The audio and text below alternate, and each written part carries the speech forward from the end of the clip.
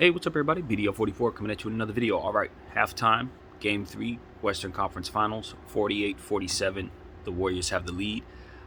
Close game, obviously. Trends are continuing. The offensive rebounding for the Warriors has been great, as it has been all series long, or all playoffs long. But the turnovers have not been good. They have 7 of those at the half. 6 legitimately, because there was a backcourt violation by Draymond Green that we all saw was a bit questionable. So yeah, I don't really know if that was actually a turnover, but it is credited to them as a turnover. So Luka Doncic is doing all right. It's 15 points early on. Dinwiddie's involved. He has 11 points, getting involved early. Jalen Brunson looks good in this one as well. Problem is, trends are continuing. Reggie Bullock, I told you guys, I don't like him as a shooter. I know he's supposed to be a shooter, but he's one of those shooters that don't shoot well. I mean, I don't know what else to say. That's just what it is. He misses more than he makes. This is something I've been seeing all playoffs long. You love having him out there because he's a fantastic defensive player, but often he's the last guy, available to shoot the ball. That the ball gets worked around and he'll be open in the corner, and he'll just brick them, and it's frustrating. If you're going for the Dallas Mavericks, it must be great if you're going for the Golden State Warriors. But at the end of the day, that's what it is. When you have him on the floor for 48 minutes, he helps you defensively, but his scoring is so inconsistent. You just sit up there and say, my God, man, if only he'd hit about 4 or 5 of these shots every night, if he could be consistent. If he were like really, really consistent, the Dallas Mavericks are a different team. But because they have to give up possessions on those bricks so often, without rebounding, it just leaves you without what you need there. So that's a bit of a trend that is something that they're going to live and die with, because they're not going to take him off the floor. They need him. But if he's going 0 for 5, 0 for 6, there's no way to overcome that if you're the Dallas Mavericks. They can't overcome that. So he needs to either stop shooting or the shots need to start falling, because this is a problem. This is a real problem for their team. So, Golden State Warriors, you like what you're seeing out of Kevon Looney, man. I told you guys, that boy can pass. It's becoming a situation where you're really seeing those guard skills that he had as a young player come back around and be so very effective in these Western Conference Finals. You know what I mean? Because you see that the defense is not prepared for what it is that he brings to the table at all. This dude rebounds the ball offensively, pulls down them second chance points, as I'm saying, pulls down defensive rebounds as well. And then he's making the right pass. He's getting Steph Curry rhythm 3-point shots. Like, these are the type of things that you can get from Kevon Looney at any given moment. His legs are fresh. He hasn't played all season. And now he's ready to go in the biggest moments necessary. So, as far as I could tell, he's the trump card.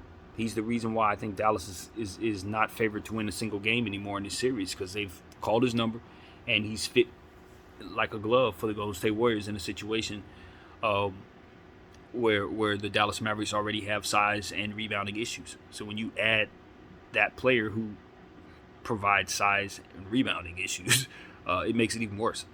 They would have issues with this without Kevon Looney against these Golden State Warriors. You put him down there, it is impossible. So that's what you're seeing. That's exactly what you're seeing.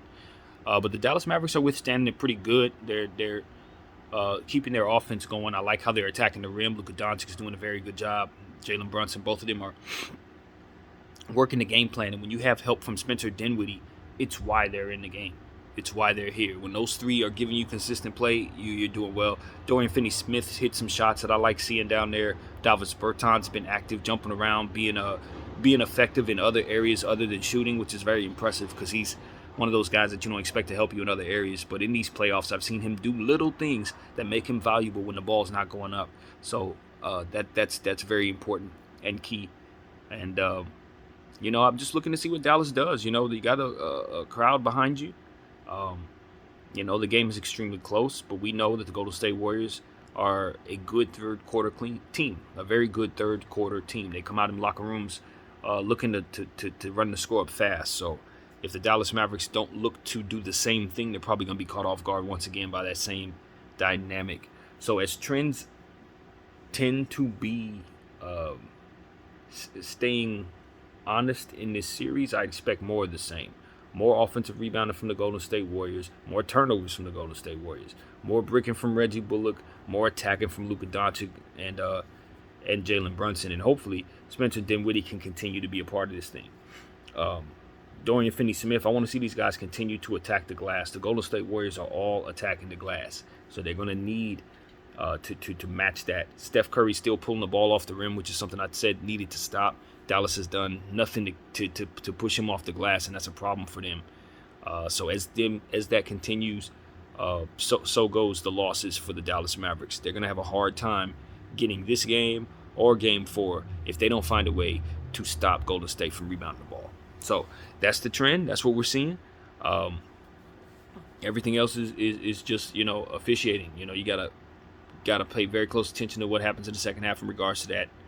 Hopefully we'll see good, honest officiating. That's all that we can ask for. That's literally all it is. You're seeing which team is it? God, my mind's gone blank. But one of these two teams is going to the line more than the other, and it was very substantial. I don't remember which one it was. My mind's gone blank, and I don't want to assume. But as I said, keep an eye on the officiating because it is something that is leaning toward one side or another. So that's what it is, man. That's what I got. BDF 44. I'll catch you guys at the end of this game. I'm out.